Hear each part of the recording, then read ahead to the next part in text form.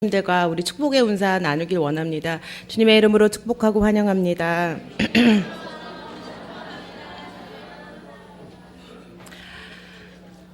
한 주를 다른 데서 예배를 보내고 이 자리에 오니까 너무나도 반갑고 너무나도 감사합니다. 지난주에는 제가 동탄에 있는 유비전 교회에서 하나님의 은혜로 또 설교하고 은혜를 나누고 또 귀한 시간을 보내고 왔습니다. 가장 좋은 건 은혜 아멘이라는 소리가 컸다는 거예요. 오늘 말씀 들을 때도 동일하게 그 말씀이 내게 임하기를 원하면 아멘으로 화답하는 귀한 시간 되시기를 원합니다. 제일 컸던 것 같습니다. 우리 그리스도인에게 믿음이라는 주제는 정말로 흔하면 흔하지만 또 굉장히 강조하는 단어이기도 합니다. 교회에서 가장 많이 듣는 단어가 사랑이라는 단어잖아요. 근데 또한 듣는 단어가 믿음이라는 단어입니다. 왜냐하면 우리가 하나님 앞에 구원을 받을 때 무엇으로 구원을 받습니까? 믿음으로 구원을 받기 때문입니다. 그런데 이 믿음에 대한 개념들이 너무나도 다르다라는 게 문제가 있는 겁니다. 사사시대 때 다들 이스라엘에 왕이 없으므로 각기 자기의 옳다고 하는 소견대로 살았다라고 사사기의 마지막을 장식하고 있습니다. 이스라엘의 왕은 하나님이십니다. 그런데 하나님이 주시는 말씀, 진리에 대해서 제대로 전하는 사람이 없다는 거예요. 그렇다 보니 뭐합니까? 이스라엘 백성은 늘 하나님께 예배하며 살았지만 하나님이 무엇을 원하는지에 대해서 알지 못하고 이게 믿음이겠지. 이것을 하나님이 좋아하시겠지. 그저 내 입에서 하나님이라는 단어, 내 입에서 믿음이라는 단어, 내 입에서 예수라는 단어만 나오면 다 믿음이 있는 것 같고 다 하나님이 기뻐하시는 것처럼 들리지만 주님이 진정으로 원하시는 믿음대로 살지 못하고 자기가 그냥 옳다고 생각하는 믿음대로 사는 사람이 사사시기 시대처럼 오늘날의 시대도 너무나도 많다라는 것이 오늘날 교회의 문제라고 생각합니다. 정말로 하나님이 원하시는 믿음, 우리가 믿음으로 구원을 얻는다라고 했는데 과연 하나님이 원하시는 믿음이 무엇인가에 대해서 우리는 진지하게 고민하고 그 믿음을 얻기 위해서 우리가 고군분투했는가? 그 믿음을 얻기 위해서 내가 정말로 말씀 듣기를, 기도하기를, 정말로 하나님 섬기면서 봉사하기를 내가 애썼는가? 다시 한번 돌아보는 시간이 되기를 원합니다. 주님은 분명히 말씀하셨습니다. 내가 다시 오기 전에 요한계시록을 통해서 내가 주님이 다시 이 땅에 오기 전에 3년 반의 환난을 통해서 내가 알곡과 쭉정이를 가르겠다. 양과 염소를 가르겠다. 이것은 세상에 예수를 믿는 사람과 예수를 믿지 않는 사람을 나누겠다라는 말이 아니에요. 어디서부터 심판하시겠다는 말씀입니까? 너희가 그리스도라고 고백하는 그리스도인들, 교회에서부터 내가 심판을 해서 진정으로 하나님이 기뻐하는 믿음을 소유한 그리스도인과 즉 양과 염소, 알곡된 그리스도인을 내가 고르면서 쭉정이인 그리스도인들, 겉으로만 그리스도인들, 썬데이 크리스천이라고 말하는 그러한 사람들은 내가 도무지 알지 못하기에 너희는 어두운 데서 쫓겨나서 슬피 울며 이를 갈미 있으리라는 곳으로 내가 보내겠다라고 주님께서 성경을 통해서 미리 말씀하고 있다는 것을 우리는 기억해야 될 줄 믿습니다. 사실 믿음이라는 것은 간단하게 한번 말씀해 보세요 라고 말을 하면 무엇입니까? 바로 주 예수 그리스도를 믿는 것이다 라고 말할 수 있습니다. 그런데 믿음은 이렇게 한 문장으로만 소개할 수가 없습니다. 그 믿음 안에는요 너무나도 깊이 숨겨져 있어요. 골로새서 2장 2절 말씀 보도록 하겠습니다. 골로새서 2장 2절의 말씀에 이렇게 말씀하고 있습니다. 이는 그들로 마음의 위안을 받고 사랑 안에서 연합하여 확실한 이해의 모든 풍성함과 하나님의 비밀인 그리스도를 깨닫게 하려 함이니라고 되어 있습니다. 즉 그리스도 안에는요, 예수 그리스도 안에는 하나님의 비밀이 감추어져 있습니다. 즉 내가 예수님을 믿는다라고 했을 때는요, 뭔가가 알아져야 믿는 거잖아요. 무턱대고 믿습니다라고 하는 게 아니에요. 즉 무슨 말입니까? 예수 그리스도 안에 하나님은 이것을 드러내놓지 않았다라고 말합니다. 나는 모든 하나님의 일과 하나님의 보물을 뭐했다? 감추어 놨다라고 말합니다. 그래서 너희의 지혜로 하나님의 일을 하고자 했을 때 하나님을 알지 못한다. 너희의 생각과 너희의 지식으로 세상에서 아무리 똑똑하다 그래도 너희는 나를 알지 못한다. 다만 내가 너희에게 나를 나타낸 것만이 너희는 나를 알 수 있고 깨달을 수 있다라고 주님이 말씀하셨습니다. 그래서 주님은요, 이 하나님의 비밀을 어디에 숨겨놨습니까? 그리스도 안에 숨겨놓았다라고 주님이 말씀하고 있는 거예요. 그래서 주님이 깨닫는 마음, 이 그리스도 안에 숨겨져 있는 것을 보는 영의 눈이 뜨여야만 그리스도 안에서 하나님의 그러한 일들이 보이는 거예요. 그것을 우리는 하나님의 영광을 봅니다. 하나님의 얼굴을 봅니다라고 이야기하고 있습니다. 히브리서 11장 35절에 39절 말씀을 한번 보면요, 믿음의 여인들에서에서 소개가 나옵니다. 히브리서 11장 35절에서부터 39절 말씀을 보도록 하겠습니다. 어떤 믿음의 여인이 나오고 있습니까? 그들은요, 부활을, 더 좋은 부활을 받아들이기 위해서 심한 고문을 받았습니다. 당시 로마 시대에는 너희가 예수를, 황제를 믿지 않고 예수를 믿는다 했을 때는 엄청난 고문과 핍박이 있었습니다. 그랬을 때 믿음을 지키고 해자 했던 여인들에 대해서 소개하고 있는데, 그들은 뭐라고 말하냐면, 우리가 부활을 믿기 때문에, 우리가 더 좋은 부활, 예수 그리스도 안에서 품에 안기는 더 좋은 부활을 받기 위해서 우리는 이보다 더 심한 고문을 받더라도 내가 예수 그리스도 이름을 부인하면서까지 구차히 풀려나기를 원하지 아니하였다라고 기록되어 있습니다. 거기에 수많은 예들이 나와 있어요. 실화들이 나와 있어요.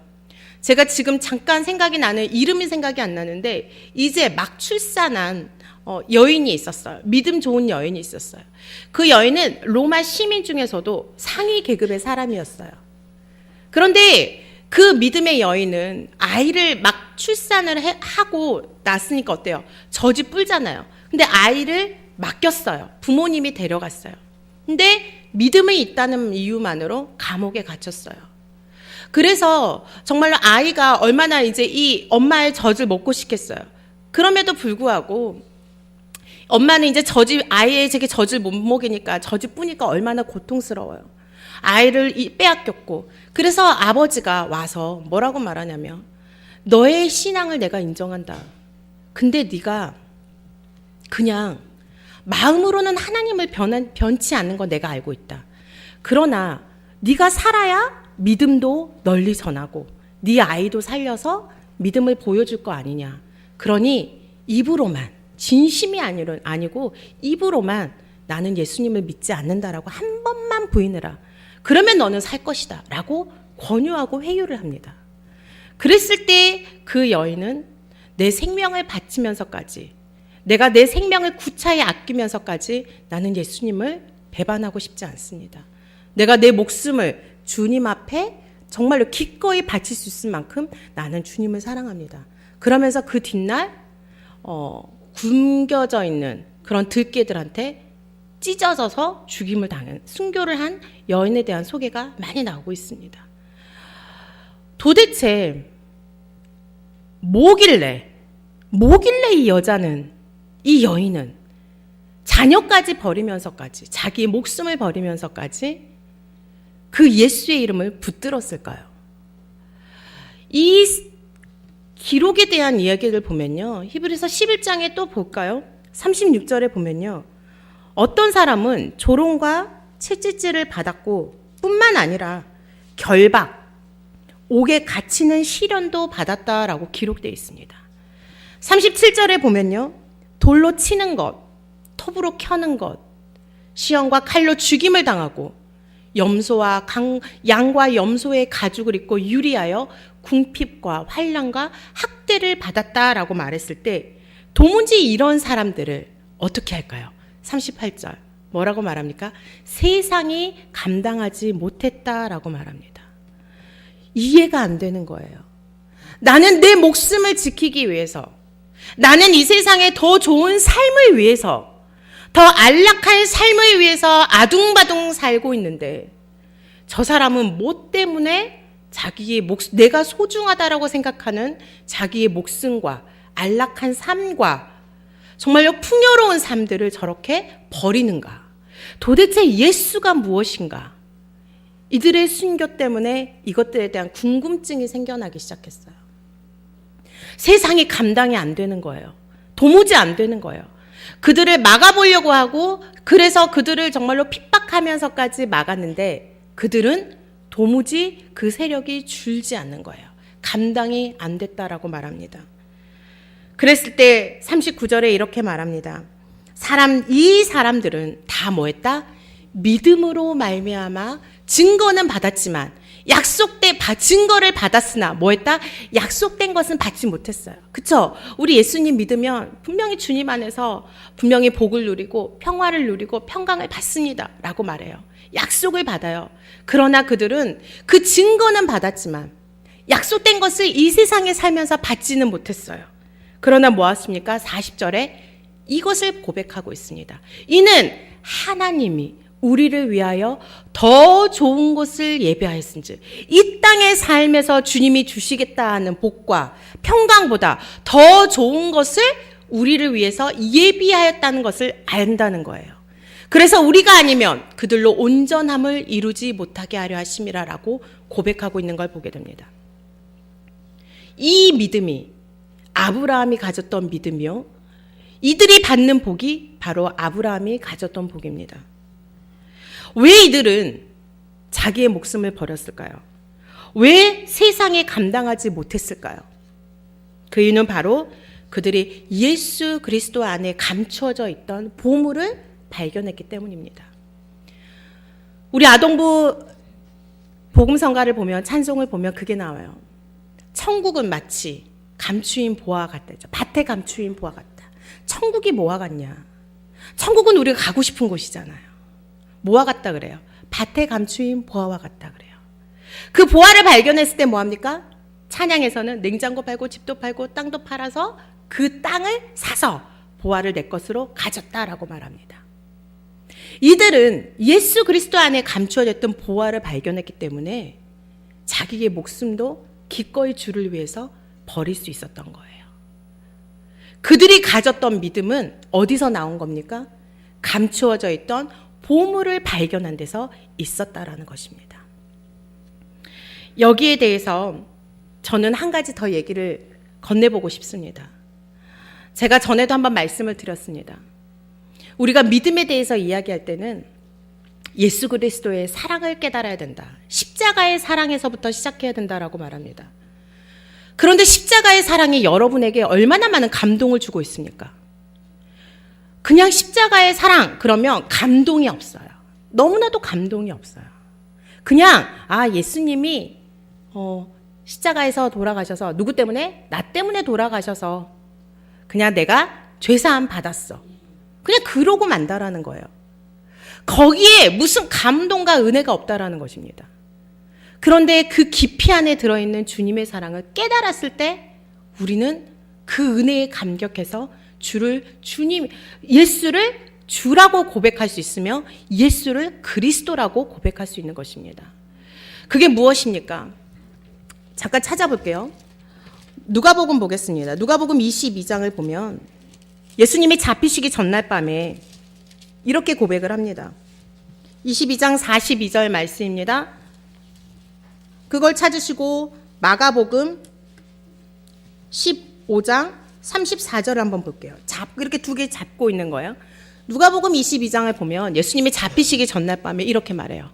아버지, 만일 아버지의 뜻이거든 이 잔을 내게서 옮겨주십시오.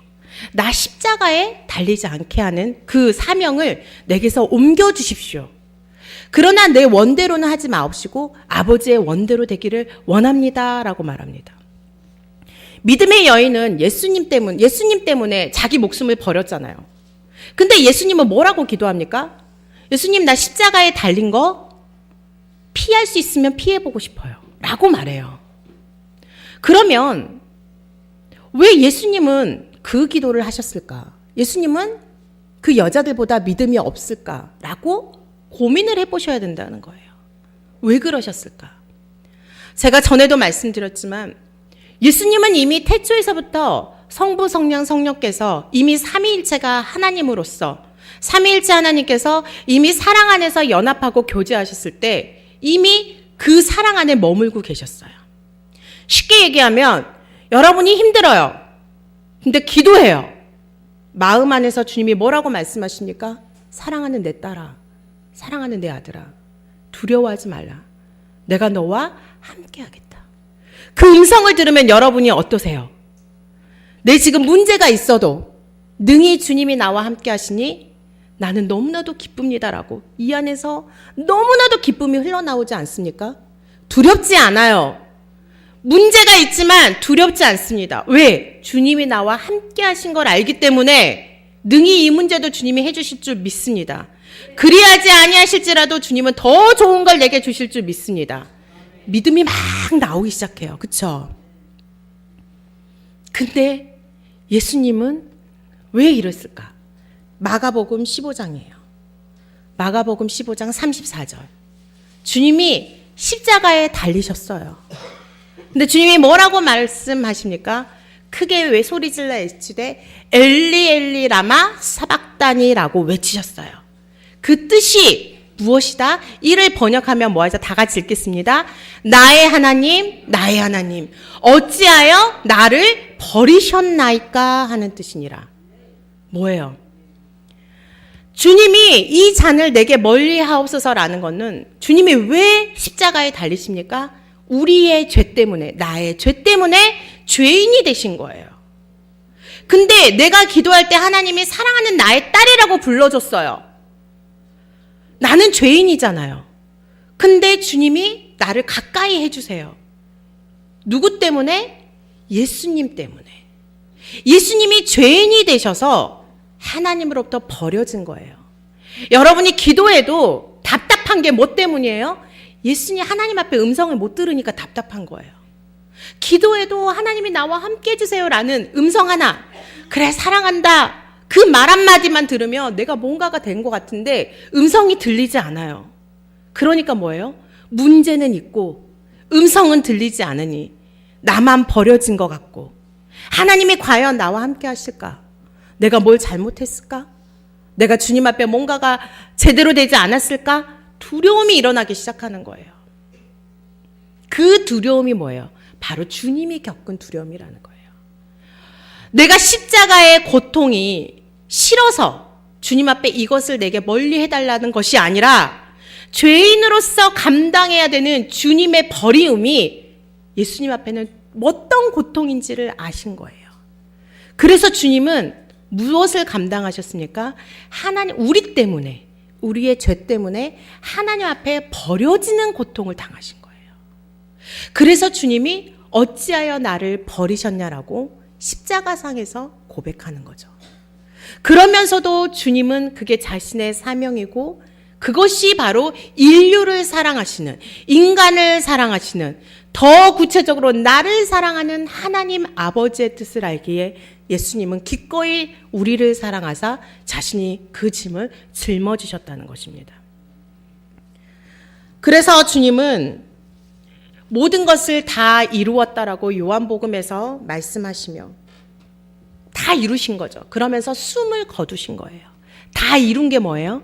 본인이 모든 것을 가져가신 거예요. 그래서 우리에게 무엇을 주시고 가셨습니까? 하나님을 아버지라 부를 수 있고 우리가 담대함을 얻어서 아버지 앞에 나아감을 받을 수 있는 그런 사랑을 우리에게 주고 가신 것입니다. 그래서 주님은 그러면서 그냥 돌아가신 것이 아니라 그 사망 권세를 이기시고 어떻게 하셨어요? 부활하셨죠. 그것을 믿는 거예요. 부활하신 주님을 믿는 거예요. 그래서 그 믿음이 누구에게도, 아브라함에게도, 그 부활의 믿음이 누구에게도, 이 믿음의 여인에게도 있었다라는 것입니다. 우리는 그 안에 감추어 주신 이 보화, 그리스도의 사랑, 나 때문에 내가 두려워했던 그 모든 것을 주님이 가져가셨구나. 우리가 그것을 가지고 그러한 사랑을 안고 내 안에 무엇을 간직해야 됩니까?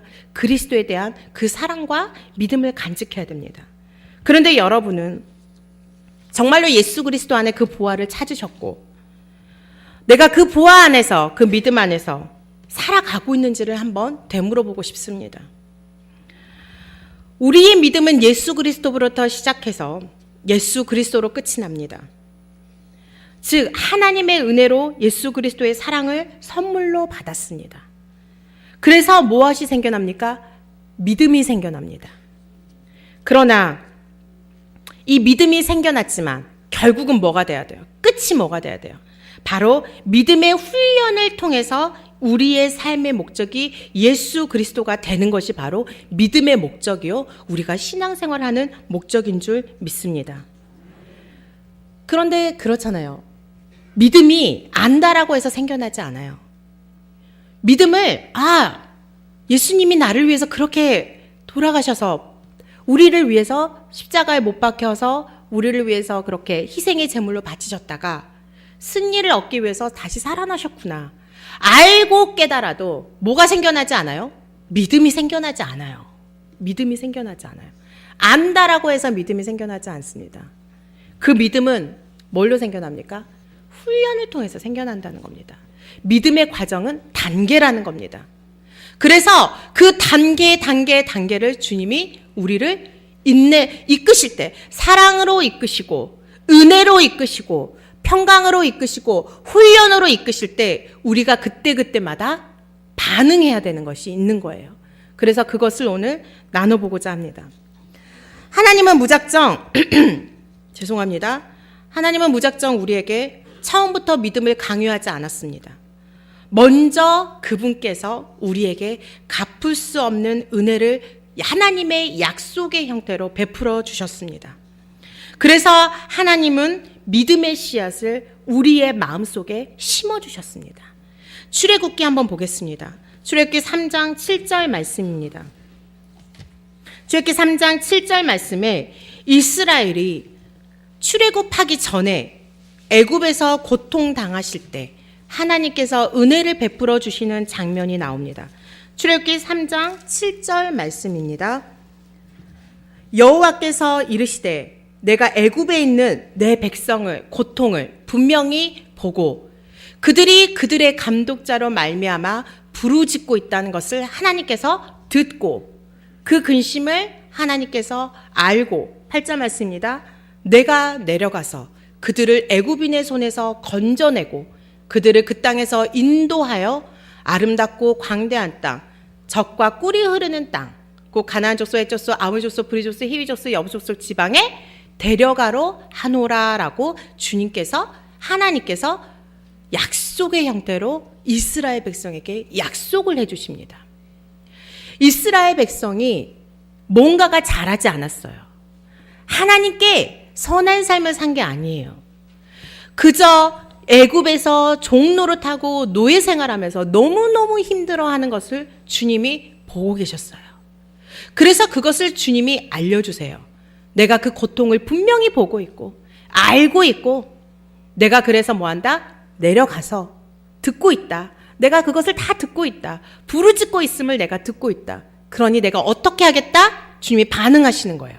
내가 내려가서 그들을 건져내고 내가 인도해서 내가 데려 들어가겠다. 가나안 땅으로 내가 데리고 들어가겠다라고 주님이 약속을 보여주셨고 이를 어떻게 했습니까? 출애굽 전 과정에 행하셨습니다. 주님이 약속을 주시면서 그 약속은 뭐예요? 이행하셨다라는 것입니다. 그래서 출애굽기 3장에는 뭐라고 되어 있습니까? 모세가 이래요. 주님, 내가 너 누가 보내서 왔어? 너가 보낸 사람 이름이 뭐야? 라고 물어보면 제가 뭐라고 대답해야 됩니까? 라고 말했을 때 주님이 하나님께서 모세에게 자신에 대해서 드러낸 게 있어요. 제가 서두에도 말씀드렸듯이 하나님은 뭐 하실 때 자신이 스스로 내가 누구다라는 거를 드러냈을 때만 인간은 하나님을 알 수 있어요. 3장 14절에 하나님께서 모세에게 뭐라고 말씀하고 계십니까? 3장 14절입니다. 나는 뭐하라? 스스로 있는 자이니라 라고 하나님께서 자신을 드러내기 시작하셨어요.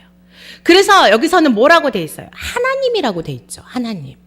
그렇죠? 하나님이 모세에게 이르시되 나는 스스로 있는 자이니라. 또 이르시되 너는 이스라엘 자손에게 이같이 이르기를 스스로 있는 자가 나를 너희에게 보내셨다 하라 라고 분명하게 말씀하셨습니다.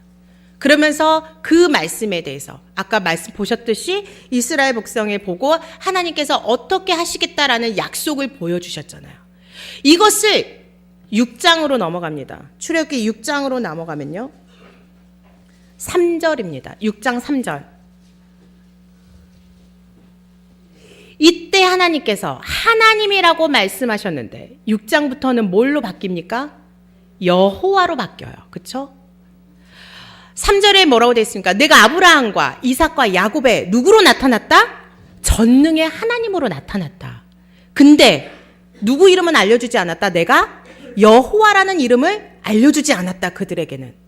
근데 내가 이스라엘 백성 너희에게는 내 이름을 뭘로 알려주겠다? 여호와로 알려주겠다. 왜일까요? 왜 하나님으로 나타났다가 이들에게는 여호와로 나타날까요? 여호와라는 이름이 언약의 하나님이라는 이름 때문인 거예요. 언약의 하나님. 그래서 우리에게도 나타나시는 하나님은 어떤 하나님? 여호와 하나님이신 겁니다. 6절에 보면은 쭉 보겠습니다. 4절. 다 읽지는 않고요. 가나안 땅 그들이 거류하는 땅에 그들을 주기로 그들과 뭐했다? 언약하였다. 5절의 말씀에 맨 마지막에 내가 이스라엘 자손의 신음소리를 내가 듣고 나의 무엇을 기억했다? 언약을 기억했다. 그래서 6절, 7절 말씀 쭉 보면서 7절 보겠습니다. 너희를 내 백성으로 삼고 나는 너희의 하나님이 되리니 나는 애굽 사람을 무거운 짐 밑에서 너희를 빼낸 너희의 누구다? 하나님 여호와인 줄 너희가 알지니라. 8절 말씀이겠습니다. 내가 아브라함과 이삭과 야곱에게 주기로 맹세한 땅으로 너희를 인도하고 그 땅을 너희에게 주어 기업을 삼게 하리라. 나는 여호와라 하셨다 하라. 이 여호와의 이름이 저와 여러분의 삶에게도 동일하게 나타난 줄 믿습니다. 언약, 우리는 언약을 맺었습니다. 언약을 하나님이 하셨으면 뭐예요? 언약을 지키시는 분이에요. 약속으로 우리에게 언약하셨으면 그 약속을 행하시는 분인 줄 믿습니다. 그래서 신약의 시대에 넘어와서 하나님의 은혜가 구체적으로 내려왔죠. 누구를 통해서? 바로 예수 그리스도를 통해서 우리에게 보여주셨습니다. 내가 내려가서 너희를 마귀의 종된 사망의 권세에서 너희가 고통받고 신음소리 하는 것을 내가 보고 있고 듣고 있다. 여러분이 힘들어하고 있는 것을 주님이 보고 있고 듣고 있다는 거예요. 근데 주님이 뭐예요? 부르짖음을 들었을 때 주님께서 언약을 기억하사 내가 너희에게 이 여호와 하나님으로 나타나겠다라고 말씀하십니다. 그것은 무엇입니까? 너희도 언약을 기억해라. 내가 너희에게 내 언약을 성취하는 것처럼 너희도 나와 맺은 언약을 기억하라라는 말씀이 동일하게 숨겨져 있다라는 것입니다. 주님이 어떻게 됐습니까? 요한복음 3장 16절에 하나님은 이렇게 말씀하십니다. 하나님이 세상을 이처럼 사랑하사 독생자를 주셨으니 이는 그를 믿는 자마다 멸망하지 않고 영생을 얻게 하려 하심이라. 이러한 하나님의 구원 계획이 아직 우리가 죄인 되었을 때 성취되었다는 것이 우리에게 아주 큰 은혜로 다가오는 것입니다. 로마서 5장 8절 말씀 보도록 하겠습니다. 로마서 5장 8절 말씀이 이렇게 말씀하고 있습니다. 우리가 아직 죄인 되었을 때 그리스도께서 우리를 위하여 죽으심으로 하나님께서 우리에 대한 자기의 사랑을 확증하셨느니라. 아멘. 아직 우리가 예수님을 몰라서 주님을 배반할 때도 있었습니다. 주님을 모욕할 때도 있었습니다. 그러나 우리가 설령 죄인의 모습이 있다 할지라도 그리스도께서는 우리를 위하여 죽으셨고 하나님은 우리를 사랑하고 있다는 것을 자기 독생자를 죽이시면서 확증하셨습니다. 그 사랑이 지금 저와 여러분에게도 동일하게 하나님은 베푸시기를 원한다는 것을 믿으시는 시간 되시기를 원합니다. 우리에 대한 하나님의 은혜는 아직 우리가 죄인 되었을 때 부어진 것입니다.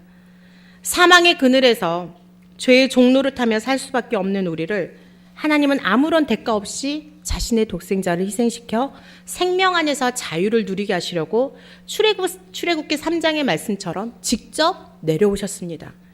이것을 아는 날로부터 우리의 믿음은 시작이 되는 것입니다. 그러나 처음에 말씀드렸듯이 그 사실을 안다고 해서 우리의 믿음이 굳건하게 되지 않습니다. 왜일까요? 인간은 눈에 보이지 않는 것을 쉽게 믿으려고 하지 않기 때문입니다. 내 눈에 뭔가 보여야 그것을 믿을 텐데 눈에 보이지 않는 하나님, 눈에 보이지 않는 예수님, 눈에 보이지 않는 십자가의 사랑이 내게 어떻게 믿음으로 키워낼 수 있겠습니까? 그래서 요한복음 20장 29절에 나타나면요, 예수님을 제자가 되겠노라고 따라다녔던 도마에게도 그와 같은 믿음의 연약함이 있었습니다. 요한복음 20장 29절 말씀 보도록 하겠습니다. 뭐라고 말씀하고 계십니까? 예수께서 이르시되 너는 나를 본고로 믿느냐? 보지 못하고 믿는 자들은 복되도다 하시니라. 28절 말씀을 보면 도마가 이래요. 다들 사람들이 부활하신 예수님을 만났다라고 말합니다. 그러니까 도마가 뭐라 그래요? 야, 어떻게 죽은 사람이 살아나? 나는 직접 예수님을 내 눈으로 보고 내가 그 손에 못자국이 박혀있는 것에 내가 손을 만져보고 옆구리에다가 내가 손을 집어넣어 봐서 진짜로 죽었던 예수님이 다시 살아났다는 것을 내가 보지 못하면 나는 못 믿어. 이렇게 말한 거예요. 그랬더니 예수님께서 28절 한번 볼까요? 요한복음 20장 28절. 그 전에 보겠습니다. 도마에게 주님이 나타나셨어요. 예수님이 나타나셨어요. 그러면서 뭐랍니까? 내 손가락을 이리 내밀어 내 손을 넣어보고 내 손을 내밀어서 내 옆구리에 넣어봐라. 그래하여 뭐해라? 믿음이 없는 자가 되지 말고 믿는 자가 되라 라고 말합니다. 주님이 믿음 없는 도마에게 야, 너는 나를 따라다닌 지가 얼마나 됐는데 아직도 믿음이 없냐? 라고 책망하지 않으셨어요. 믿음이 없는 도마에게 주님이 나타나셨어요. 그러면서 친히 보여주셨어요. 주님은 믿음이 없는 자에게는 친히 보여주셔서 만져보라라고 말씀하십니다. 믿음이 있는 자에게는 그래, 굳건히 너는 사랑 안에서 머물러서 내 제자가 되라라고 말하지만 믿음이 없는 자에게는 믿음이 없는 대로 주님이 친근한 모습으로 사랑의 모습으로 나타났다라는 것입니다. 그런데 그게 중요한 게 아니라 뭐가 중요해요? 뒤에 나타난 게 성경에서는 중요한 거예요. 뭐가요? 믿음 없는 자가 되지 말고 네가 주님이 계시다라는 걸 믿었으면 이제는 뭐해라? 믿음이 없는 자가 되지 말고 믿는 자가 되라. 그랬을 때 도마가 고백하죠. 맞습니다. 주는 그리스도시요 주는 하나님의 아들이십니다 라고 고백을 해요. 그러자 예수님이 뭐라고 말씀하십니까? 29절 말씀입니다. 다시 한번 읽겠습니다. 시작. 예수께서 이르시되 너는 나를 본고로 믿느냐? 보지 못하고 믿는 자들은 복되도다 하시니라. 아멘. 우리에게도 믿음이 없을 때가 있습니다. 믿음이 있을 때가 있습니다. 그러나 주님은 뭐라고 말합니까? 믿을 때 너희는 본고로 믿지 말고 보지 못하고 믿는 자들이 더 복되다라는 걸 말씀하시며 우리에게 보지 않고서도 주님이 그러하시다면 믿는 역사를 우리에게도 동일하게 요구하신다는 것을 저와 여러분 기억하는 시간 되시기를 원합니다. 우리가 정말로 그래요. 믿어지지 않는데 어떻게 믿으라고 하십니까? 라고 했을 때 답답하신 분들도 계실 수도 있어요. 그러나 주님은 우리에게 믿음이 없는 것도 인정하지만 주님은 그 상태로 내버려 두지 않습니다. 주님은 믿음이 있는 상태로 이끌어 가십니다. 그래서 나타난 게 무엇입니까? 훈련입니다. 훈련. 어제 동계올림픽 이제 개막식 하면서 어제 쇼트트랙 하는 거를 봤어요. 손에 땀을 쥐는 경기를 봤습니다. 근데 그거를 보면서 1등만 기억하는 더러운 세상. 저도 뭐 이렇게 막 나온 거예요. 왜? 막 안타까워하는 모습들이 보이는 거예요. 그래, 세상은 냉혹한 거야. 막 이제 이렇게 하면서 혼자 막 그거 보면서 있었어요. 뭐냐면요. 얼마나 이 4년마다 열리는 이 올림픽에 대해서 얼마나 많은 훈련을 합니까? 식단 조절하며 정말로 욕을 얻어먹어가며 잠도 못 자가며 정말로 인간의 그러한 한계를 극복하면서까지 훈련을 했는데 어디서 판가름 나요? 이 몇 분 안에 5분도 안 되는 시간 안에 내 4년의 모든 훈련의 결과를 다 쏟아내야 되는 거예요. 근데 어떤 사람은 정말로 잘다가 막판에 미끄러졌잖아요. 막판에 두 바퀴 남기고 미끄러진 거예요. 그러니까 너무 안타까운 거예요. 그러면서 그래도 끝까지 잘 페이스 잘했던 사람은 금메달을 따잖아요. 그걸 보면서 순간 거기에 몰두한 나머지 제가 막 그렇게 했었는데 자려고 누웠는데 믿음도 똑같은 거다라고 주님이 말씀하시는 거예요. 믿음도 똑같은 거다.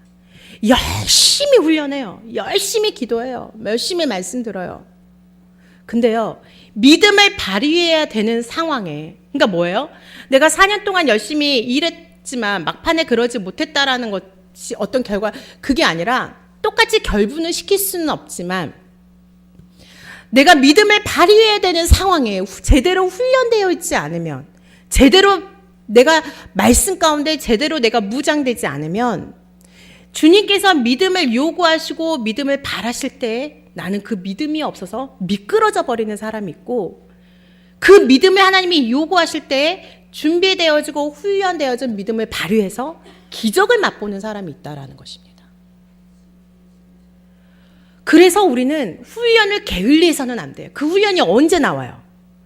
네가 평안하다 할 때, 네가 힘들다 할 때, 그때 오는 거예요. 즉 뭐예요? 오늘이라는 시간 안에 훈련하지 않으면 그때는 언제 오는 게 아니에요. 오늘 이 시간이 여러분 평안하다라고 생각하고 오늘만큼만 걱정이 없으면 좋겠다, 이런 날이 오셨습니까? 그때가 훈련할 때고, 오늘 너무 힘들어서 내가 정말로 눈물 아니고서 내가 마음이 너무너무 아프다라는 시간이 오늘이십니까? 그럼 오늘 주님 앞에 붙들려 있는 훈련을 하셔야 되는 거예요. 매일매일의 훈련이 쌓였을 때 진짜 내가 하나님이 믿음을 요구하는 그 상황에 믿음이 생겨나는 것입니다. 내가 가져야 되는 믿음은요, 능력 있는 믿음이어야 돼요. 능력 없는 믿음은 아무런 필요가 없는 거예요. 주님은요, 믿음이 없는 자도 책망하셨고 믿음이 연약한 자도 책망하셨습니다. 베드로에게 너는 나를 보고 바다 위를 걸어오라라고 말씀하셨을 때 베드로는 주님을 봤을 때는 바다 위를 걸었지만 주변에 바람이 일어서 파도가 막 일어나는 거예요. 그거를 봤을 때 바닷속으로 빠져들어갔습니다. 그래서 주님은 믿음이 연약해서, 정말로 연약한 믿음을 주님은 책망하시는 것을 보게 됩니다. 우리가 주님 앞에, 우리가 주님을 믿는 그러한 뿌듯함? 내가 정말로 예수 믿기를 정말 잘했어. 내가 정말로 예수님이 나의 생명이야. 예수님은 정말로 내 인생에 예수님이 아니고서는 내 생에 정말로 일어날 수가 없어. 이렇게 고백하는 때가 언제이십니까? 바로 그 내가 가지고 있는 믿음이 능력으로 나타날 때 그 고백이 되는 거예요. 안 된다 했을 때 주님이 되게 해주셨어요. 남들은 못한다라고 하는데 주님이 그 길을 열어주셨어요. 그럴 때 뭐예요? 능력을 맛볼 때 정말로 그분이 내 주님이라는 거, 내가 그분을 믿고 있고 그분이 나와 함께하고 있다라는 게 너무나도 감동으로 밀려오지 않습니까? 주님은 그 믿음을 우리에게 요구하시는 줄 믿습니다. 그러기 위해서는요, 뭐가 필요합니까? 내 머릿속에, 내 심령 속에, 내 영 속에 하나님을 아는 지식을 채워나가셔야 됩니다. 하나님이 내게 무엇을 요구하고 있고 하나님은 어떤 것을 좋아하시고 있는지를 채워나가셔야 돼요. 골로새서 1장 9절 말씀입니다. 골로새서 1장 9절의 말씀을 보면 사도 바울이요, 이 기도문을 통해서 우리는 어떤 믿음의 훈련을 해야 되고 그 믿음의 훈련의 결과가 무엇인지에 대해서 이 기도문을 통해서 한눈에 보여주고 있습니다. 뭐라고 되어 있습니까? 이로써 우리도 듣던 날부터 너희를 위하여 기도하기를 그치지 아니하고 구하노니 뭐해라? 너희로 하여금 모든 신령한 지혜와 총명에 하나님의 뜻을 아는 것으로 채우게 하시고 주께 합당하게 행하여 범사에 기쁘시게 하고 모든 선한 일에 열매를 맺게 하시며 하나님을 아는 것에 자라게 하시고 그의 영광의 힘을 따라 모든 능력으로, 능력으로 능하게 하시며 기쁨으로 모든 견딘과 오래 참음에 이르게 하시고 우리로 하여금 빛 가운데서 성도의 기업의 부분을 얻기에 합당하게 하신 아버지께 감사하시기를 원하노라라고 기도하고 있습니다. 우리가 하나님의 아는 것으로 채워지고 내가 그것에 순종해요. 그쵸? 주께 합당하게 행한다는 것은 말씀에 순종한다라는 것입니다. 그리고 모든 일에 기쁘시게 하고 선한 일에 열매를 주님이 맺게 해주세요. 그러면서 뭐예요? 하나님을 아는 것에 조금씩 자라납니다. 그랬을 때 내 믿음의 결과에 따라서 그 믿음의 결과가 어떻다라는 것입니까? 바로 영광의 힘을 따라 능력으로 모든 것을 하게 하시고 믿음의 능력으로 모든 것을 하게 하시고 기쁨으로 내게 닥치는 환난, 내게 닥치는 고난을 기쁨으로 견디게 하시고 기쁨으로 오래 참을 수 있는 힘을 주신다라고 이렇게 그 믿음에 대한 결과까지도 사도 바울은 기도하고 있는 것을 보게 됩니다. 우리는 그래서 어떤 훈련을 하셔야 됩니까? 말씀 훈련과 기도 훈련입니다. 이 두 가지에 대해서 제대로 하지 않는다면 믿음은 자라나지가 않습니다. 하나님이 계시다는 것을 아는 것에서 그치지 그것에 대해서 믿음으로 나타나서 내게 능력 있는 삶으로 다가오지 않습니다. 로마서 10장 17절에 믿음은 어디서부터 난다? 들음에서 난다. 근데 무엇을 들어야 된다? 그리스도의 말씀을 들어야 된다라고 말합니다. 여러분 무엇을 듣습니까? 왜 들음에 대해서 이렇게 강조할까요? 주변에 예수님의 말씀이라고 하면서도 너무나도 이단의 색깔들이 들어있는 말씀들을 너무 많이 한다는 거예요. 자기의 생각들을 말하는 것을 너무 많이 듣게 된다는 것입니다. 그래서 너희는 스스로 깨어 있어서 듣는 것을 주의하라라고 말합니다. 깨어 있으라고 말합니다. 주의하라고 말합니다. 뭐해서? 스스로가, 나의 스스로가. 그래서 그리스도의 말씀을, 진리의 말씀을 제대로 듣는 훈련이 필요한 거예요.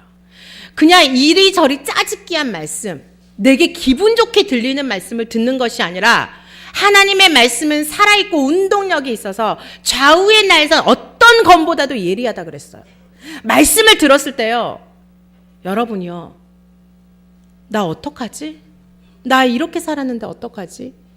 여러분을요, 불편하게 만들어야 돼요. 여러분이 하나님 앞에 제대로 못 산 것에 대해서 여러분이 불편하게 만들어야지 그게 진리의 살아있는 말씀이에요. 나는 여전히 하나님의 말씀대로 살지 않으면서 잘 될 겁니다. 은사 있어요. 여러분, 하나님이 여러분 분명히 복 줄 거예요. 제대로 안 살고 있는데 어떻게 복을 주십니까, 하나님이? 훈련도 안 하고 있는데 어떻게 거기서 하나님의 일을 하게끔 하나님이 하시겠습니까? 총괄적으로 하나님은 사랑이십니다. 그러나 하나님은 그 사랑 안에서 우리를 하나님의 자녀로 하나님의 복을 받기에 합당한 믿음의 그릇을 키우기 위해서 때로는 연단으로, 때로는 위로로, 때로는 능력으로 하나님께서 살아계심과 하나님이 다루심을 보여주신다라는 거예요. 그때그때마다 우리는 그래서 뭐예요? 모든 것이 감사하다는 것입니다. 내게 고난을 주셔서 그릇을 키우게 하시는 하나님도 감사합니다. 내게 이런 어려움이 있었는데 이 어려움을 해결해 주신 주님도 감사합니다. 내가 정말로 아픔이 있지만 하나님께서 그 아픔을 통해서 믿음을 가지라고 해주신 하나님께 감사합니다. 그랬을 때 내가 모든 것을 내려놓은 것 같지만 부활하신 주님이 모든 것을 얻으셨듯이 내가 모든 것을 내려놨다라고 생각했지만 주님은 어때요? 내가 믿음의 그릇을 키워놓으면 모든 것을 다시 얻게 하신다라는 것을 믿는 여러분 되시기를 원합니다. 물질에 대한 욕심을 내려놓으면요, 믿음의 크기에 따라 물질을 채워주시는 하나님인 줄 믿습니다. 자녀에 대한 믿음이, 자녀에 대한 욕심이 믿음 안에서 내려놨을 때 하나님이 그 자녀를 키웠을 때 내가 하는 것보다 더 크게 되는 줄 믿습니다. 그게 바로 능력 있는 믿음이에요. 그 믿음을 하나님은 우리가 가지기를 원하고 그러한 복을 우리에게 주시기를 원하는 것입니다. 그래서 여러분과 제 삶에 뭐가 있습니까? 훈련이 있는 거예요, 훈련. 근데 말씀 듣기 싫어해요. 요즘 교인들은요, 너무 말씀 듣기를 싫어하고요. 교회에서 훈련한다 그러면요, 다들 도망가기 바빠요. 살기 바쁘다라고 말해요. 시간이 없다라고 말해요.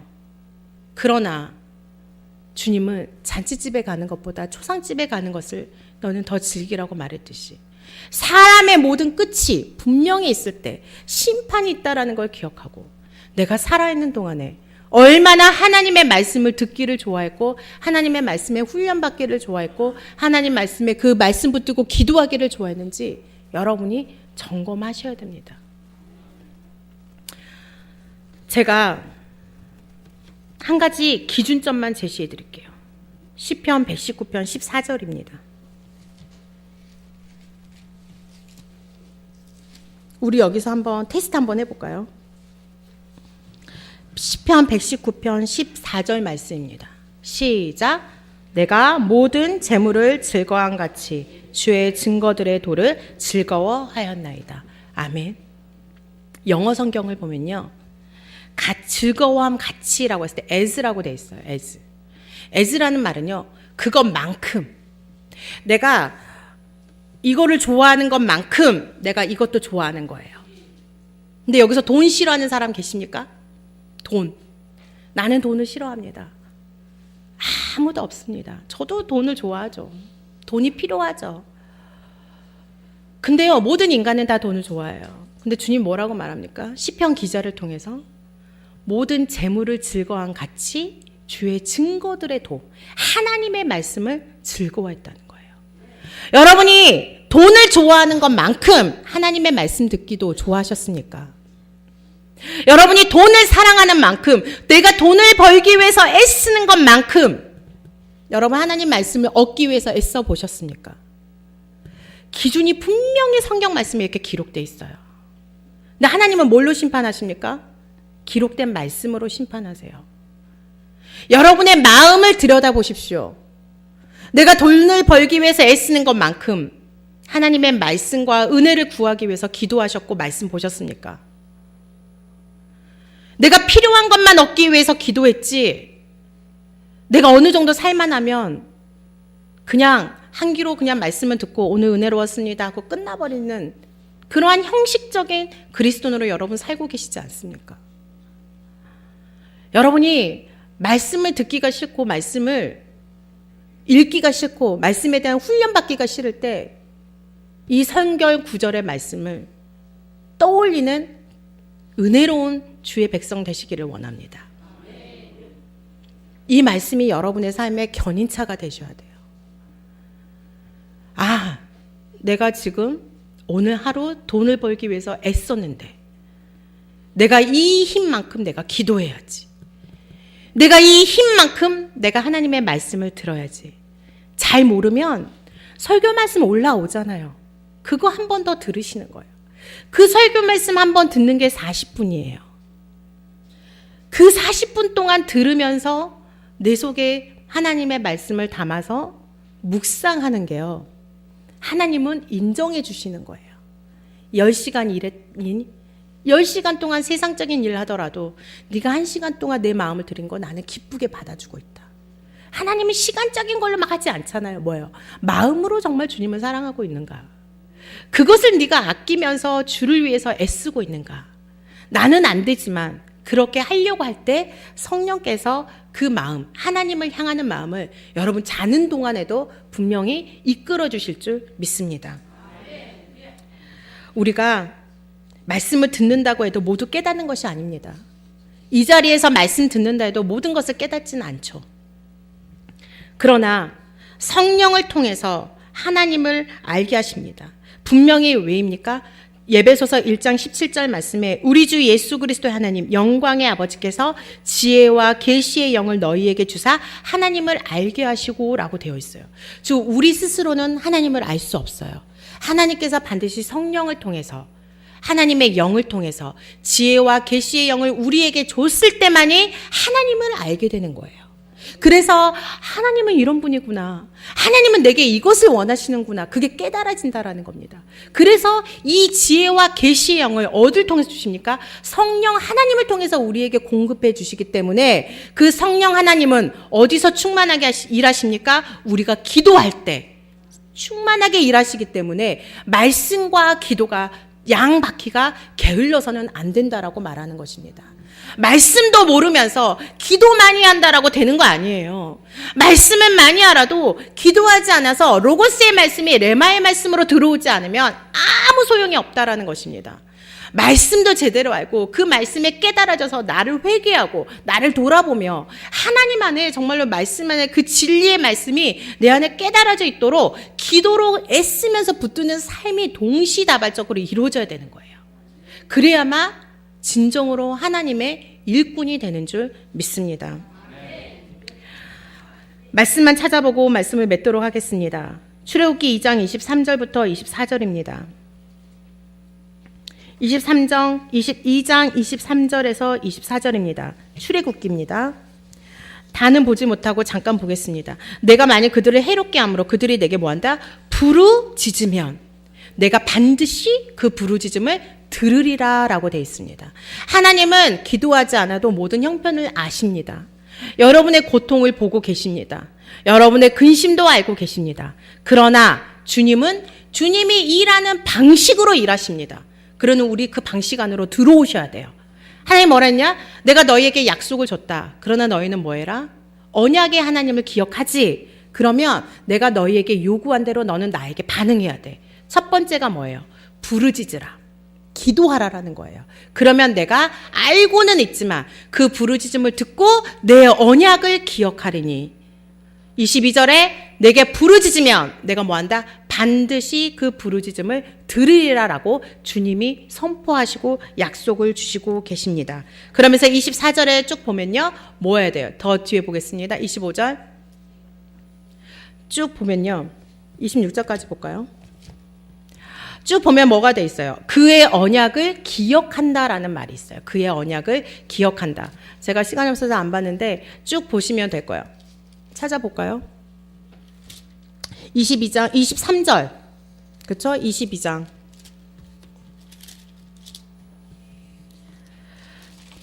(23절) (24절)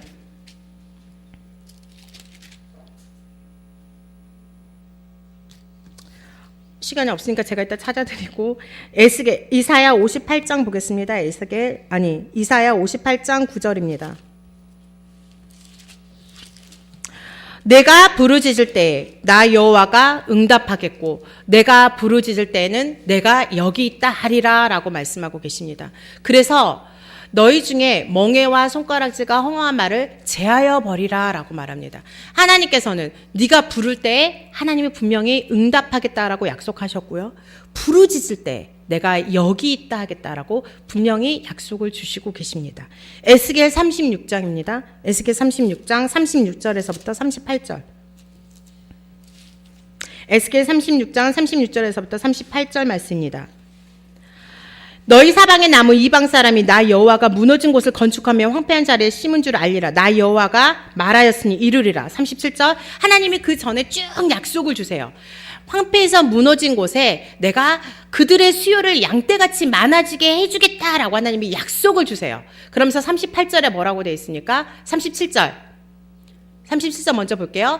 이같이 즉 여호와께서 이같이 말씀하셨느니라. 그렇죠? 그러면서 뭐래요? 그래도 이스라엘 족속이 뭐해라? 이같이 자기들에게 이루어 주기를 내게 뭐해라? 구하여야 할지니라. 하나님이 약속을 주셨어요. 근데도 뭐해라? 그럼에도 불구하고 구해라. 기도해라 라는 거예요. 하나님이 여러분에게 약속 주세요. 근데도 뭐 해야 돼요? 기도하셔야 돼요. 그러지 않으면 안 돼요. 이건 하나님의 말씀입니다. 38절입니다. 그러면서 뭐예요? 제사드릴 양떼 곧 예루살렘이 정한 절기 양물이 황폐한 성읍을 사람의 때로 채워주겠다. 그리한즉 그들이 나를 뭐한다? 여호와인 줄 알리라. 왜 하나님께서 알아도 그 상황을 알아도 기도하라 하실까요? 하나님은 것을 드러내시기 위해서예요. 여러분이 잘 돼요. 근데 기도하면서 그 상황을 바라봐야 뭐예요? 하나님이 일하셨구나라는 게 깨달아져요. 그러지 않으면 잘 되면 뭐가 잘 된 줄 알아요? 내가 잘해서 잘 된 줄 알아요. 그러면 그 안에서 하나님이 해주셨음에도 불구하고 뭐가 자라납니까? 교만이 자라나요. 그러면 하나님이 복 주신 게 뭐가 돼요? 내게 화가 돼요. 내게 재앙이 돼요. 그래서 하나님이 그거를 걷어가시는 거예요. 하나님이 내게 복으로 주셨는데 내가 그것을 겸손한 마음으로 받지 못하고 내가 잘한 줄 알고 입으로는 하나님이 주셨습니다 고백하지만 속으로는 뭐예요? 그래도 내가 이렇게 했으니까. 또 기도한 게 내 교만이 돼요. 내가 이렇게 기도했으니까 된 거야. 내가 이렇게 하나님 앞에 봉사했으니까 된 거야. 내가 이렇게 하나님 앞에 헌금 많이 해서 된 거야. 나 이렇게 말씀 많이 알아서 된 거야. 다 교만이에요. 다 교만이에요. 하나님은요, 그런 것을 보시고 여러분에게 주는 대가성의 교환은 하지 않습니다. 하나님은 우리에게 주는 걸 은혜로 주신 줄 믿습니다. 내가 아무리 기도 많이 해도, 내가 아무리 말씀 많이 알아도, 내가 아무리 교회에서 봉사하고, 내가 내 목숨까지도 내놓아도 하나님이 우리에게 주시는 사랑에는 갚을 수가 없는 거예요. 하나님이 우리에게 주는 거에는 비할 수가 없는 것입니다. 그래서 내가 기도할 때 뭐가 기반이 돼야 돼요? 십자가의 사랑이 기반이 돼서 기도하셔야 되고, 십자가의 사랑이 기반이 돼서 말씀을 보셔야 그 말씀 본 것과 기도하는 것이 내게 교만이 되지 않습니다. 그래서 주님은 이러한 약속을 주셨을 때 뭘 알게 하기 위해서, 여호와인 줄 알게 하기 위해서 우리에게 반드시 복을 주시고 고난을 주시고 또 위로를 주신 줄 믿습니다. 이사야 30장 18절 말씀 보도록 하겠습니다. 이사야 30장 18절 말씀입니다. 18절에서부터 21절 보도록 하겠습니다. 그러나 여호와께서는 기다리시나니 너희에게 뭘 베푸시기를 원하신다? 은혜를 베풀려 하시며 일어나시리니 이는 너희를 긍휼히 여기려 하심이니라.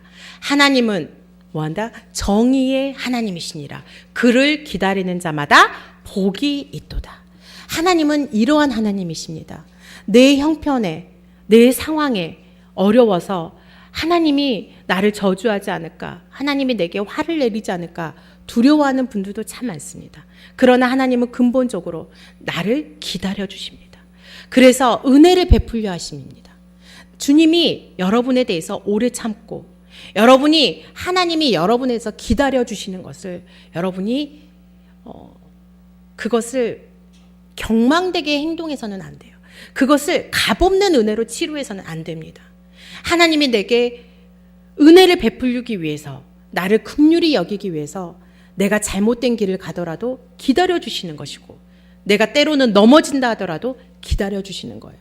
근데 내가 사는 것이, 물질적인 어려움이, 내가 하고자 하는 일이 별반 어려움이 없다, 그냥 잘 되던데, 내가 주님을 모르고 살아도 잘 되더라, 이렇다라고 생각하시고 깨닫지 못하고 내가 잘못된 길을 가고 있는 줄 알면서도 되돌아오지 않은 건요, 하나님을요 업신여김을 하는 거예요.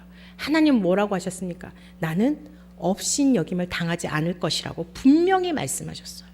근데 내가 잘못된 길인 것을 알면서도, 하나님이 기다려주고 있다는 것을 알면서도 마치 내일이 오늘의 시간이 있는 것처럼 그렇게 행동하시면 하나님은 거기에 대해서 너무나도 마음이 아파하신다라는 겁니다. 내가 지금 듣고 하나님이 말씀하실 때 여러분이 마음을 새롭게 하셔서 말씀 듣기를 재물을 즐거워함 같이 사모하시고, 내가 부르짖을 때 내가 너에게 준 약속을 기억한다라는 말씀이 여러분의 기도 생활을 열심 있게, 힘 있게, 능력 있게 이끌도록 여러분이 여러분의 삶을 바꾸는 귀한 시간 될 줄 믿습니다. 믿음의 훈련은 광야 훈련과 같습니다. 은혜로 구원하시고 환난의 떡과 고생의 물을 통해서 우리의 믿음을 단련시켜 나가십니다. 이스라엘 백성에게 하나님은 만나와 메추라기를 먹이시면서 그들이 하나님의 능력을 아시기를 원했습니다. 그래서 어쩌면 하나님은 광야에서 마실 물이 없을 때 믿음으로 물을 구하는 자가 되기를 주님이 원하셨을 것입니다. 가나안의 입성을 앞둘 때 정탐꾼의 말을 듣기보다는 정말로 하나님의 능력을 말하는 여호수아와 갈렙의 말을 듣기를 하나님은 원하셨을 것입니다. 그러나 그들은 믿음을 발휘해야 될 상황에 믿음을 발휘하지 못했습니다. 날마다 만나를 먹었지만 그 만나를 주시는 하나님의 능력에는 관심이 없었기 때문입니다. 우리는 이를 반면교사로 삼아서 말씀을 붙들고 기도해서 하나님의 능력, 하나님의 얼굴을 구하는 믿음의 백성들이 되고, 또한 오늘의 시간에 축적된 믿음의 훈련이 잘 쌓여서 믿음을 발휘해야 되는 상황에서 환경을 바라보지 않고 하나님의 계획대로 믿음을 성취하여 승리하는 우리들이 되어야 할 것입니다. 한 가지 말씀만 보고 마치도록 하겠습니다. 히브리서 11장 1절의 말씀은 믿음에 대해서 이렇게 정의 내리고 있습니다. 히브리서 11장 1쯤에 믿음은 바라는 것들의 실상이요 보이지 않는 것들의 증거라고 말합니다. 실상이라는 것은 눈에 보이는 것이고 증거라는 것도 눈에 보이는 거 아니겠습니까? 우리는 눈에 보이지 않는 것을 믿는다라고 말하지만 그 믿음 안에 깊이 들어가면 하나님의 능력이 눈에 보입니다. 하나님의 일하심이 눈에 보입니다. 알아지는 거예요. 마치 내가 이 마이크를 내가 보고 있는 것처럼, 여러분을 보고 있는 것처럼 하나님의 일하심이 믿음의 눈으로 보여지는 거예요. 믿음이라는 게 보여진다라는 것입니다. 우리는 하나님의 주권하심 안에서 하나님의 언약의 약속들이 이처럼 보여져야 됩니다. 그래서 그러기 위해서는 그 약속들이 하나둘씩 이뤄가는 경험과 믿음의 훈련을 통해서 그것들이 조금씩 쌓여져 갈 때, 하나님이 이렇게 일하시는구나. 그런 것들이 이제는 보여지는구나라는 것에 여러분이 아멘으로 화답하실 때가 분명히 올 줄 믿습니다. 하나님은 나의 영적인 부흥, 믿음의 성장을 시키시고 믿음으로 성숙된 하나님의 자녀를 보시기를 원합니다. 그러나 여러분 한 사람 한 사람을 그냥 이 땅에서 잘 되기 위해서 하나님이 믿음을 요구하시는 것이 아닙니다. 나 한 사람이 믿음으로 성장이 되고 정말로 성숙되어서 연합하라고 주님이 요구하시는 것입니다. 그 성숙된 믿음 있는 자가 연합되었을 때 뭐가 보입니까? 조금 믿음이 연약한 자는 내가 사랑의 마음으로 다가가는 거예요. 믿음이 없는 도마를 예수님은 책망하지 않으셨습니다. 믿음이 없다라고 했을 때 다가가 와 주셨어요. 근데 우리 믿는 자들은 어떻습니까? 믿음이 없다라고 했을 때 판단하고 정죄합니다. 교회 다니면서 그러면 되냐라고 쉽게 우리 스스로도 말을 합니다. 그러나 그것은 때로는 우리 모습에도 죄책감으로도 가져서는 안 되는 거예요. 우리가 분명히 하나님 안에서 죄에 대한 회개를 받았고 또 그러한 모습들이 내가 사랑으로 받았다라는 게 느껴지면 다른 내 형제와 내 이웃을 바라볼 때도 사랑의 마음으로 다가가셔야 되고 내가 더 믿음이 있다라고 생각하면 믿음이 없는 연약한 형제를 좀 더 기다려줄 줄 알고 너그럽게 대할 줄 알고 그들을 품 안에 안을 수 있는 그러한 넉넉한 마음이 우리 안에 있어야 될 줄 믿습니다. 그러면서 그러한 마음으로 좀 더 여러분이 갈등이 있을 때 내가 하나님 안에서 좀 더 믿음이 있다라고 생각하는 사람이 먼저 낮아지시고 먼저 용서하시고 먼저 손을 내미시는 그러한 믿음의 주님 자녀들 되시기를 원합니다. 하나님이 우리에게 요구하시는 것은 우리의 힘으로 능력으로 되는 것이 아닙니다.